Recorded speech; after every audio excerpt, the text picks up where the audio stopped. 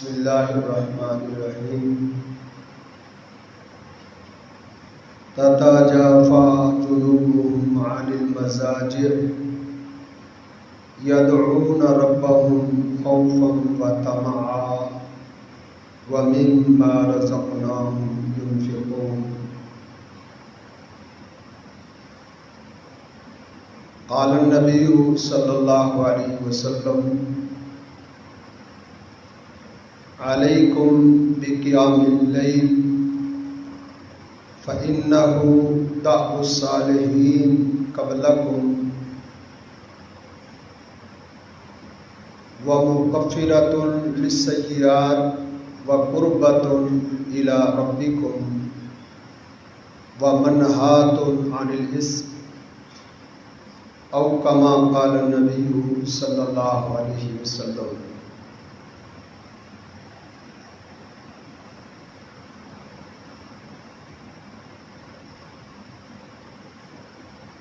سلف صالحین کا ذوق عبادت کیا تھا،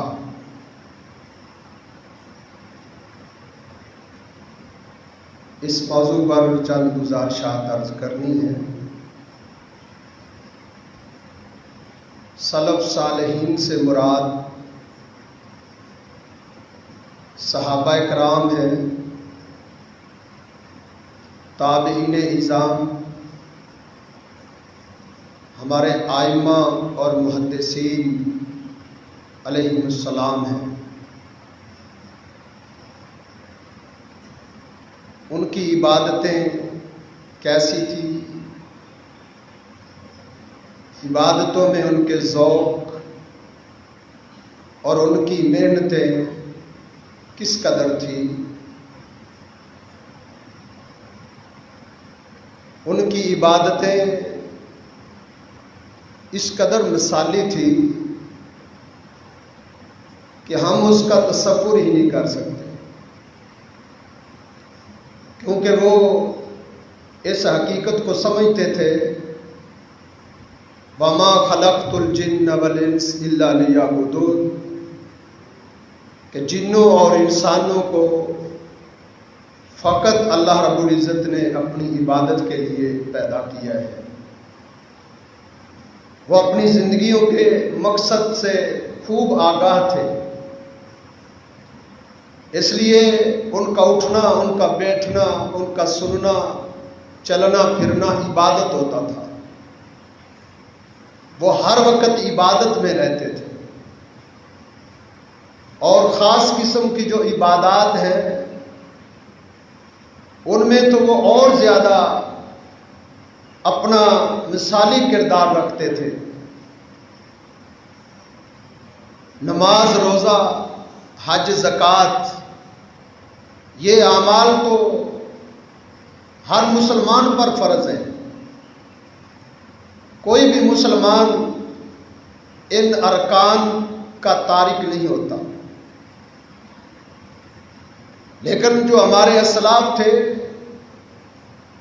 وہ فرائض تو بخوبی ادا کرتے ہی تھے، نوافل ان کی زندگیوں میں، ان کی عبادات میں، اس میں بھی وہ بڑا مجاہدہ کرتے تھے، بڑی مشقتیں اٹھاتے تھے۔ تو سلف صالحین کا ذوق عبادت کیا تھا؟ ان کے ذوق اور ان کے جذبوں کا ذکر تو قرآن نے کیا ہے کہ ان کی عبادتیں کیسی تھیں، ان کی ریاستیں کیسی تھیں۔ اللہ رب العزت نے اپنی کتاب میں ان کے تذکرے کیے۔ صحابہ کرام کی زندگیوں میں تو قرآن اتر رہا تھا، اللہ رب العزت نے ان کی عبادت کے چرچے کیے ہیں۔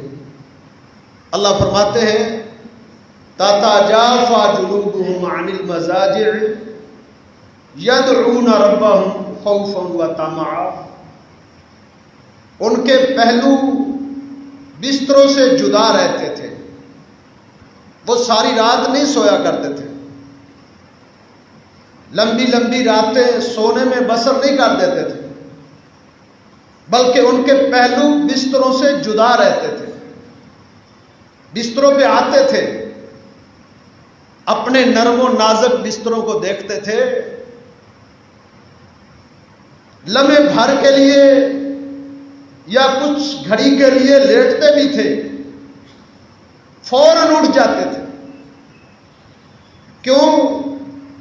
انہیں پتا تھا کہ ہم سونے کے لیے پیدا نہیں کیے گئے۔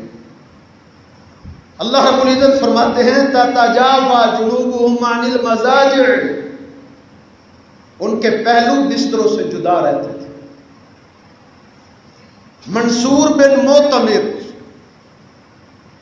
ہمارے اسلام میں سے، سلف صالحین میں سے ایک عظیم ہستی گزرے، ان کا کردار اور ان کی عبادت اور ان کی ریاضت ایک مثالی تھی۔ بڑی عبادت کرتے تھے۔ ان کے ہمسائے بیان کرتے ہیں، وہ روز اپنے مکان کی چھت پہ چڑھتے تھے۔ ایک دن مکان کی چھت پر چڑھے تو ہمسایوں کی ایک نوجوان لڑکی کہنے لگی اپنی والدہ سے کہ ماں،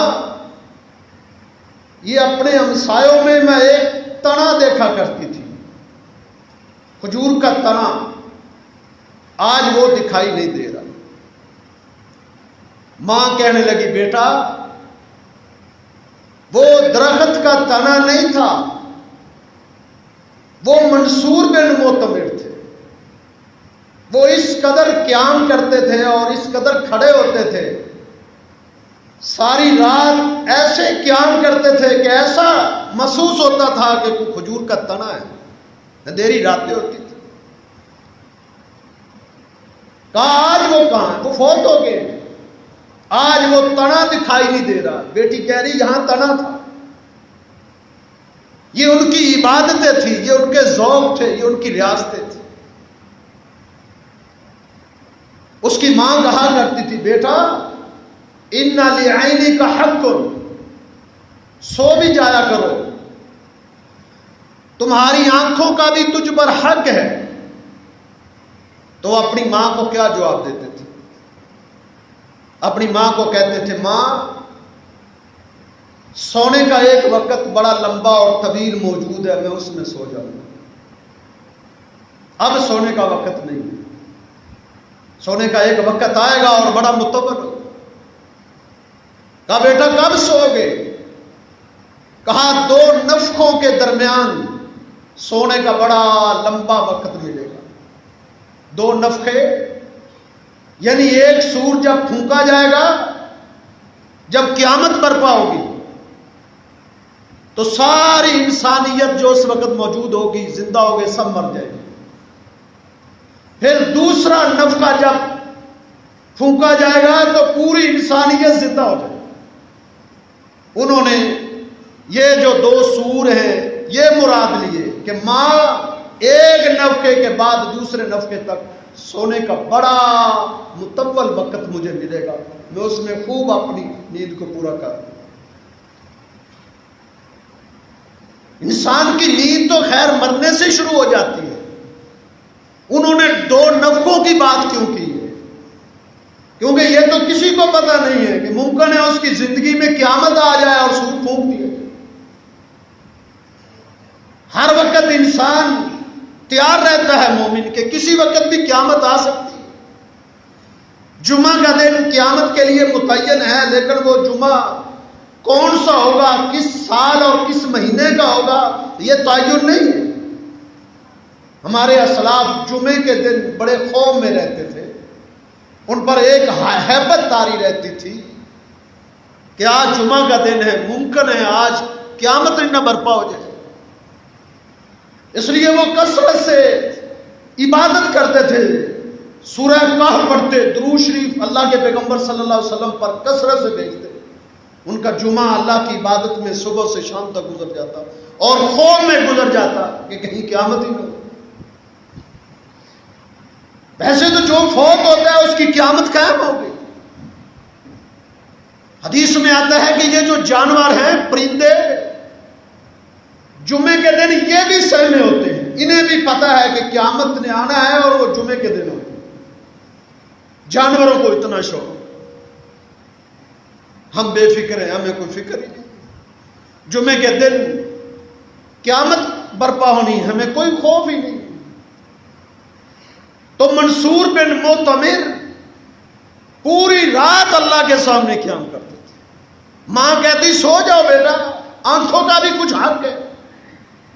کہتے ماں 2 نفقوں کے بعد سونے کا اللہ نے بڑا وقت رکھا ہے، میں اس میں سو جاؤں۔ یہ ہمارے اسلاف کی باتیں تھی، یہ سلف صالحین کا ذوق عبادت تھا۔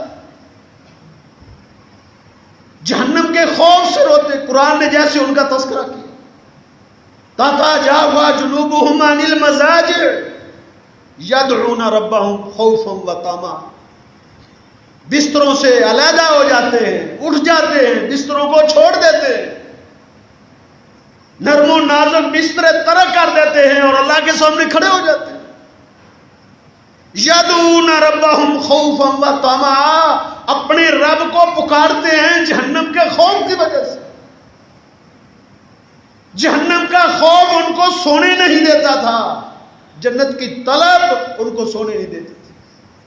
والجنت لا ینام طالبها والنار لا ینام حاربها، جہنم سے بھاگنے والا سوتا نہیں ہے، جنت کا طلبگار بھی سوتا نہیں، گہری نیندیں ان کو نہیں آتی۔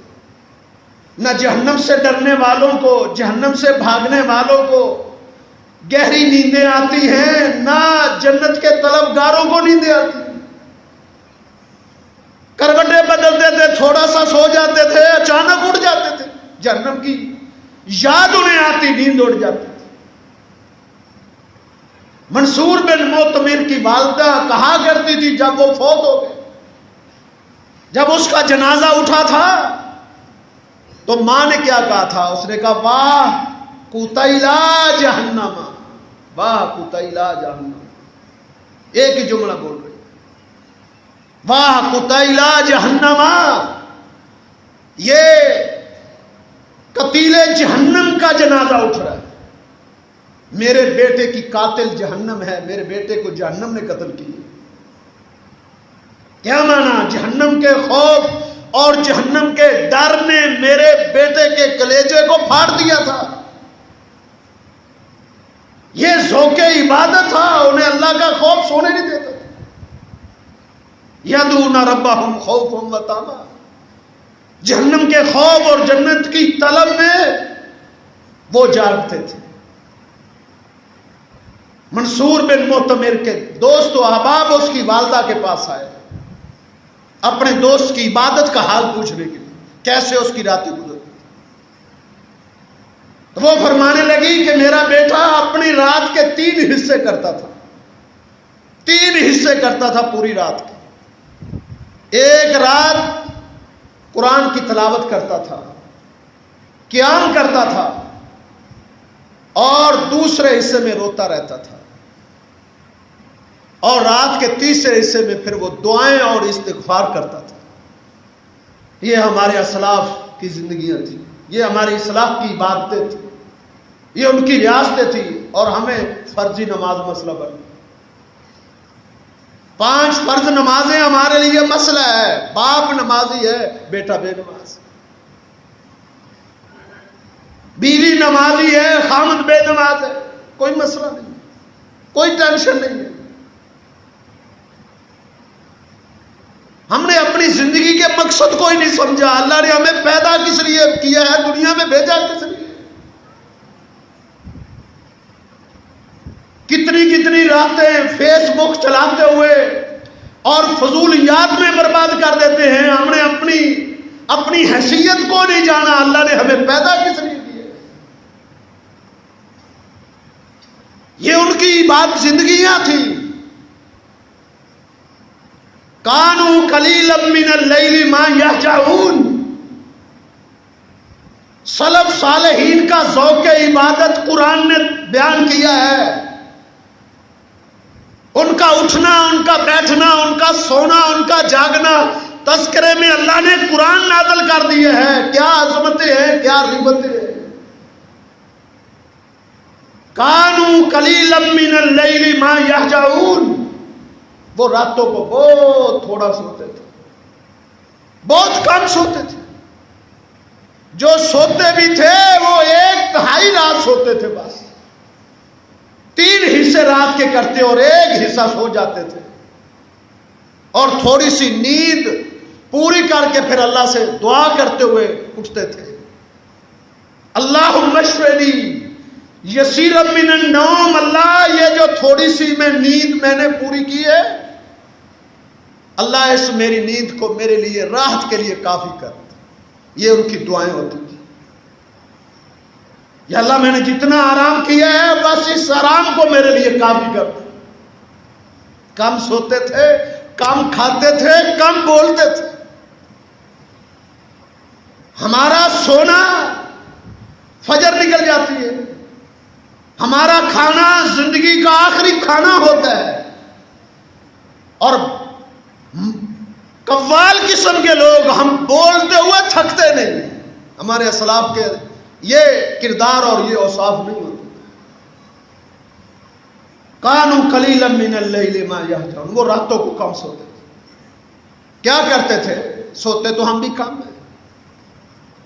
12 بجے تک، 1 بجے تک ہم بھی نہیں سوتے. لیکن ہم تو تاش کھیلتے ہوئے اور فلمیں دیکھتے ہوئے راتیں بسر کرتے تھے. الیاذ باللہ. موسیقی کی دھن پہ ہمارے کان لگے ہوتے ہیں، راتیں گزر جاتی ہیں. ہمارے دن عبادت سے خالی، ہماری راتیں عبادت سے خالی. کانوا قلیلا من اللیل ما یہجعون. وہ راتوں کو کم سوتے تھے تو کیا کرتے تھے؟ قرآن کہتا ہے وبالاسحار هم یستغفرون. وہ سحریوں کے وقت اٹھ کے اپنے رب سے معافی مانگتے تھے، استغفار کرتے تھے، اپنے رب سے توبہ کرتے تھے. سر سجدے میں رکھ کے وہ رویا کرتے تھے، ہچکیاں بند جایا کرتی تھی. ان کے رونے سے ان کے ہمسائے اٹھ جایا کرتے تھے. وبالاسحار هم یستغفرون. اسلاف میں سے، سلف صالحین میں سے کوئی ایک بندہ آپ کو ایسا نہیں ملے گا جو تہجد گزار نہ ہو، جو شب زندہ دار نہ ہو، جو پچھلی رات جاگنے والا نہ ہو.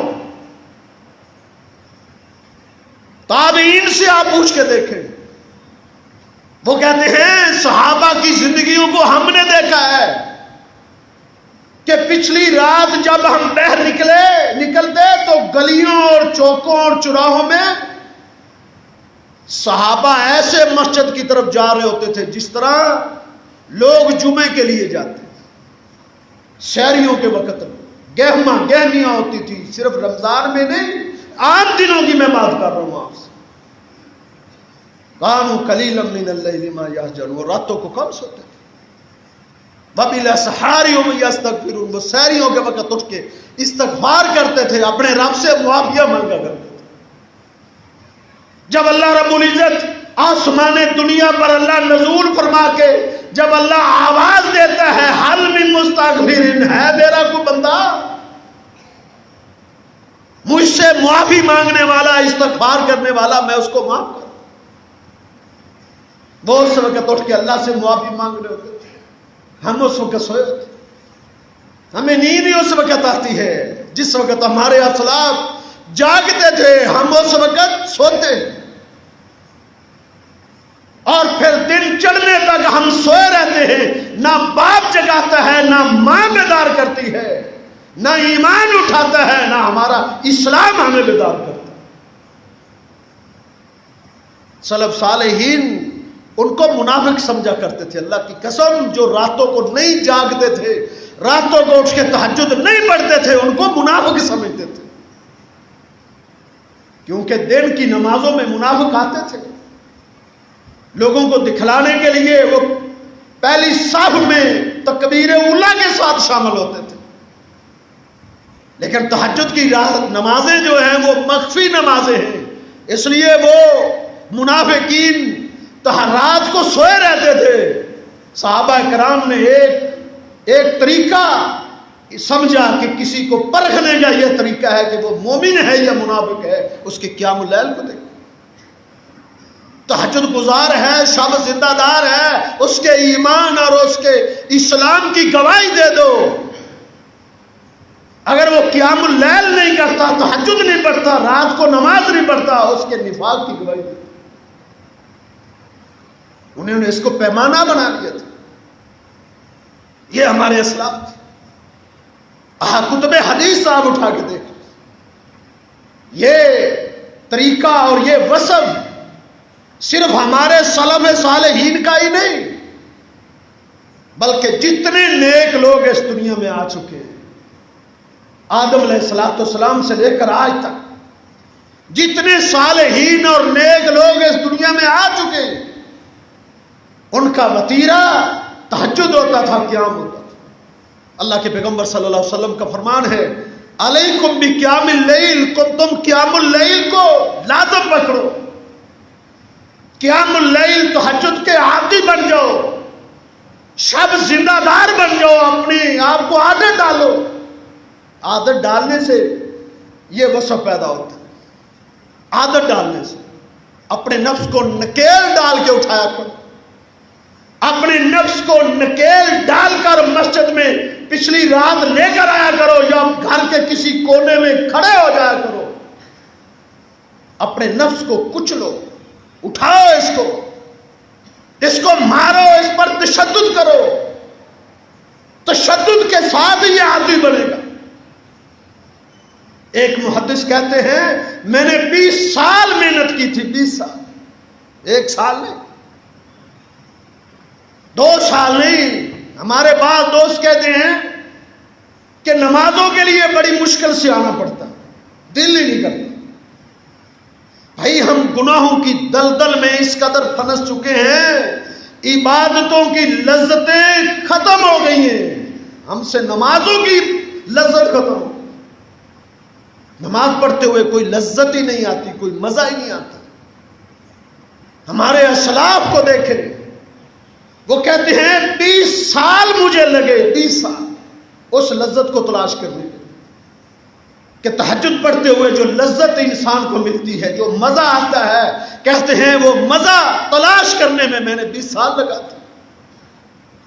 20 سال کے بعد پھر مزید کہتے ہیں 20 سال اللہ نے مجھے اور زندگی دی، اگلے 20 سال مجھے تہجد پڑھنے میں مزہ آتا تھا، لذت آتی تھی، سکون آتا تھا۔ اگر میں کمی کرتا تھا تو مجھے کوفت ہوتی تھی۔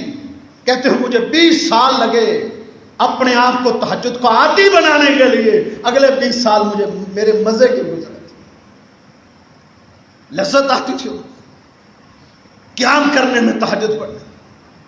سفیان ثوری بہت بڑے محدث، آج ہی میں نے تاریخ کی کتابوں میں ان کی زندگی اور ان کے ترجمے کو پڑھا، اس کی ہسٹری کو پڑھا۔ ان سے کسی نے پوچھا، آپ کو کبھی غم بھی پہنچا ہے زندگی میں؟ کہتے ہیں ہاں مجھے غم پہنچتا ہے۔ کہا آپ کو کبھی خوشی اور مسرت بھی نصیب ہوتی ہے؟ کہا ہاں ہوتی ہے۔ کہتے ہیں خوشی آپ کو کب ملتی ہے اور غم کب ہوتا ہے؟ کہتے ہیں جیسے جیسے رات قریب ہوتی جاتی ہے میری خوشی بڑھتی چلی جاتی ہے، جیسے جیسے دن ڈھلتا چلا جاتا ہے، رات کے قریب ہوتے چلے جاتے ہیں، میری خوشی بڑھتی جاتی ہے۔ اب رات آنے والی ہے، میں اپنے رب کے سامنے کھڑا ہو کے راز و نیاز کی باتیں کروں گا، اپنے رب سے ہم کلام ہوں گا۔ اس لذت کے لیے وہ سارا دن بے تاب رہتے تھے کہ کب یہ دن ختم ہوگا، سورج غروب ہوگا، رات کا آغاز ہوگا، میں اپنے رب کے سامنے کھڑا ہو جاؤں۔ کہتے ہیں بس مجھے خوشی رات کے آنے سے ہوتی۔ کہا آپ کو غم کیسے کب ہوتا ہے؟ کہا مجھے غم رات کے ختم ہونے پر ہوتا ہے، کہ جیسے جیسے رات ختم ہونا شروع ہوتی ہے، رات اختتام کی طرف بڑھتی چلی جاتی ہے، میرا غم بڑھتا چلا جاتا ہے کہ میرا وقت ختم ہو رہا ہے، اللہ سے باتیں کرنے کا، اللہ سے ہم کلام ہونے کا وقت ختم ہو رہا ہے۔ کہتے ہیں جب تہجد کا وقت ختم ہو جاتا تھا تو میرے غم کی انتہا نہیں رہتی تھی کہ وقت ختم ہو۔ یہ ہمارے اثرات کہ رات کے ختم ہونے پہ انہیں اتنا غم ان پر طاری ہوتا تھا. ایک محدث کی سیرت میں نے پڑھی، وہ کہتے ہیں میں دنیا میں رہنا مجھے قطر پسند نہیں ہے. اگر تہجد نہ ہوتی اور روزے نہ ہوتے تو مجھے دنیا میں رہنا مجھے کوئی پسند نہیں. میں صرف دنیا میں رہ رہا ہوں تو قیام اللیل کے لیے رہ رہا ہوں. ان کی نظریں قیام اللیل میں لگی ہوتی تھی. ہماری فرضی نمازیں چلی جاتی، رمضان میں چلی جاتی ہے. کتنے ہمارے ایسے دوست اور ساتھی اور بھائی اور عزیز و اقارب ہیں وہ عین ماہ رمضان میں بے نماز ہوتے ہیں. کتنے بد نصیب ہیں یہ لوگ. میرے بھائیوں، اسلاف کی زندگیاں آپ پڑھا کریں، ان کے کردار کو پڑھا کریں، ان کی زندگیاں پڑھا کریں. ایمان تازہ ہوتا ہے، ایمان میں تازگی آتی ہے. اللہ کے پیغمبر صلی اللہ علیہ وسلم نے فرمایا علیکم بقیام اللیل، قیام اللیل کو اپنا وتیرہ بناؤ. فإنہ داب الصالحین قبلکم، تم سے پہلے اللہ کی زمین پر جتنے نیک لوگ آئے ہیں سب تہجد گزار تھے. سب کے سب زندہ دار تھے. کوئی ایک بھی نیک اور صالح بندہ تہجد کا تارک نہیں تھا. ہم فرضی نمازوں کے تارک ہیں، سنتے اور نوافل ہی کوئی نہیں. یہ جمعہ ختم ہوگا کوئی سنتے نہیں، سب بھاگ جائے گا. کوئی لذت ہی نہیں رہے گی ہماری عبادت میں، کوئی دل ہی نہیں لگتا. کیسا ایمان ہے، کیسا اسلام ہے، یہ کیسا دین ہے ہمارا. گوشہ تنہائی میں بیٹھ کر ہمیں اپنی حالت پہ رونا چاہیے. اللہ ہم پر ناراض ہو چکا. جب اللہ ناراض ہو جاتے ہیں اللہ سجدوں کی توفیق سلب کر لیتے ہیں. ایک محدث کہتے ہیں مجھ سے ایک گناہ ہوا، کئی سال تک اللہ نے مجھ سے سجدوں کی توفیق سلب کر لی، تہجد کی توفیق سلب ہو. گناہوں کی وجہ سے اللہ یہ توفیق چھین لیتے. علیکم بقیام اللیل، قیام اللیل کو لازم پکڑو. فإنہ داب الصالحین قبلکم، پہلے آنے والے تمام نیکوکار لوگوں کا یہ وتیرہ تھا. اس کے بڑے فوائد بہت ہیں، اس کا مقام بہت ہے، اس کا رتبہ اور درجہ بہت ہے. اللہ کے پیغمبر صلی اللہ علیہ وسلم فرماتے ہیں کہ قربۃ الی ربک، قیام اللیل کو اپناؤ، یہ تمہیں تمہارے رب کے قریب کر دیں گے. قیام کرنے والا، تہجد پڑھنے والے کو اپنے رب کا قربت مل جاتی ہے، اپنے رب کی خوشنودی مل جاتی ہے، اس کو قرب مل جاتا ہے. ہم معمولی سمجھتے ہیں. کسی آدمی کو کسی وزیر یا کسی سردار اور کسی وڈیرے سے قرب مل جائے تو وہ پھولا نہیں سماتا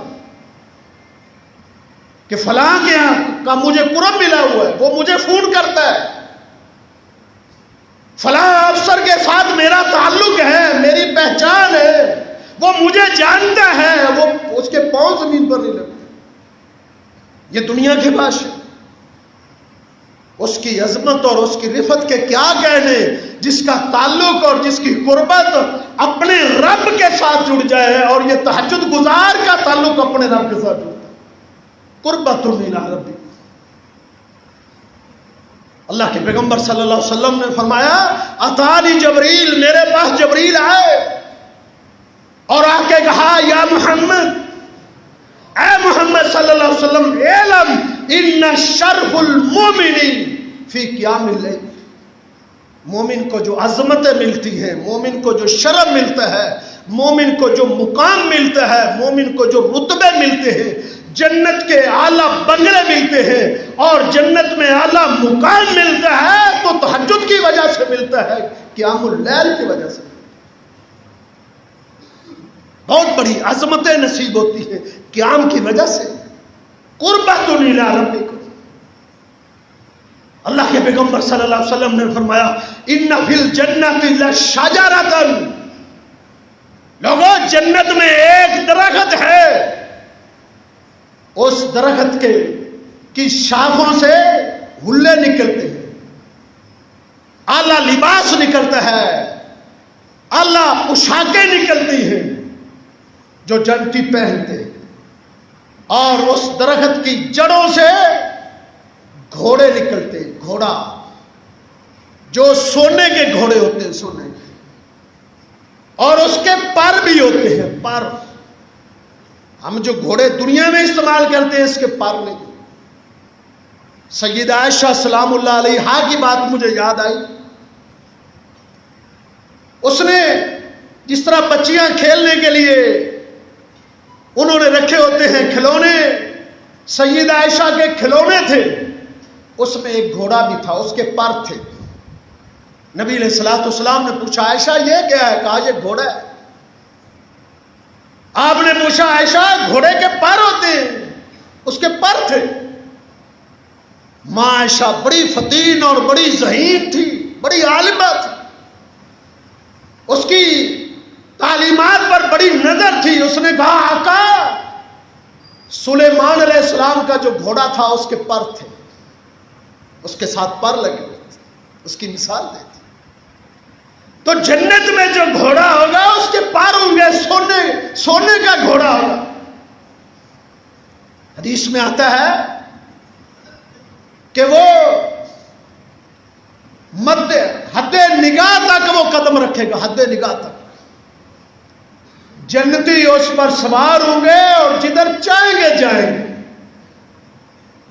فرضی نمازیں پڑھنے والے جب ان کو دیکھیں گے نا تو اپنے رب سے کہیں گے یا ربی بما بالغا عبادک، اللہ یہ تیرے بندے اتنا مقام و مرتبہ کیسے لے گئے؟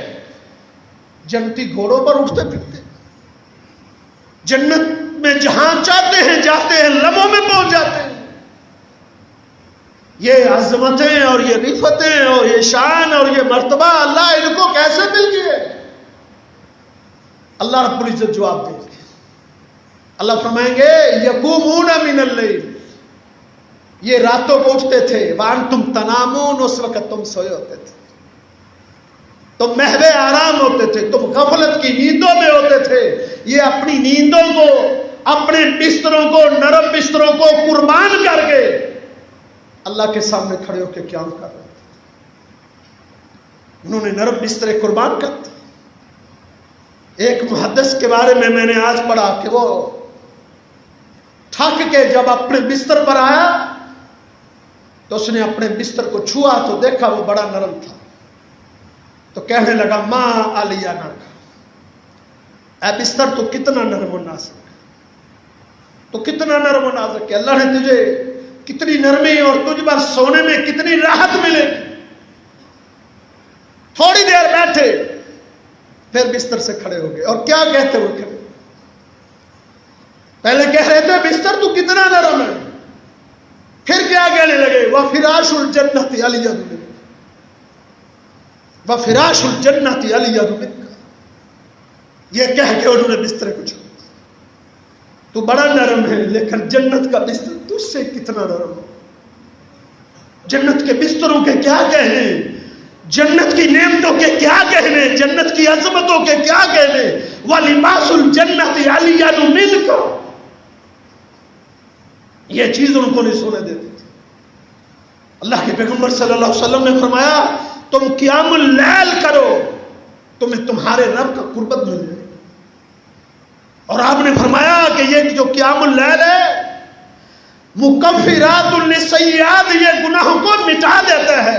قیام اللیل کو اختیار، اس سے گناہ مٹ جاتے ہیں، گناہ ختم ہو جاتے ہیں تہجد کی وجہ سے۔ اور ایک فائدہ وَمَنْحَاتٌ عَنِ الْعِصْمِ، تہجد پڑھنے سے گناہوں سے عادت چھوٹ جاتی ہے۔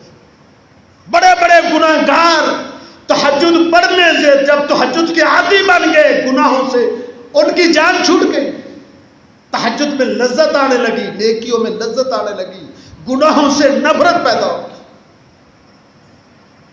سیدنا ابو ہریرہ رضی اللہ تعالیٰ عنہ ایک دن اللہ کے پیغمبر صلی اللہ علیہ وسلم سے کہنے لگے کہ یا رسول اللہ فلاں آدمی تہجد گزار بھی ہے، دن اٹھتا ہے تو چوری کرتا ہے، رات کو تہجد پڑھتا ہے اور دن کو چوریاں کرتا ہے، اللہ کے پیغمبر صلی اللہ علیہ وسلم نے فرمایا سینہا، اس کو تہجد پڑھنے دو، اس کی تہجد اس کو ان قریب چوری کی عادت سے اس کو محفوظ کر دے گی، ان قریب گناہوں کی عادت اس سے چھوٹ جائے گی، اس کو تہجد پڑھنے دو۔ قرآن کہتا ہے ان الصلاۃ تنہی عن الفحشاء والمنکر، نماز جو ہے وہ گناہوں اور بے حیائی اور منکرات سے روکتی ہے، لیکن ضروری نہیں ہے کہ ایک دن آپ تہجد پڑھے اور گناہوں کی عادت چھوڑ دیں۔ دعائیں انسان علاج کرتا ہے، اور بعض دعائیاں لمبی دیر تک کھانی پڑتی ہیں، لمبی دیر تک، یہ بھی دعائی ہے۔ تہجد گناہوں سے جان چھڑانے کا علاج ہے، اور بعض دعائیاں لمبی دیر تک کھانی پڑتی، جس طرح میں نے آپ کے سامنے ایک محدث نے کہا میں نے 20 سال محنت کی ہے، 20 سال۔ تو آپ آگے بڑھیں، اپنے نفس کو لائے۔ اب تو رمضان آ رہا ہے، بس اللہ نے ہمیں پہنچا دیا ہے، اور اللہ ہمیں پہنچا دے۔ چند گھنٹے باقی ہیں رمضان کے آنے، خوش نصیب ہے، اللہ کی قسم وہ لوگ خوش قسمت ہے جن کو اللہ نے ان کی زندگیوں میں رمضان دے دیا ہے، پھر انہوں نے اپنے اس رمضان سے خوب فائدہ اٹھا لیا ہے، اپنے گناہوں کو بخشا دیا۔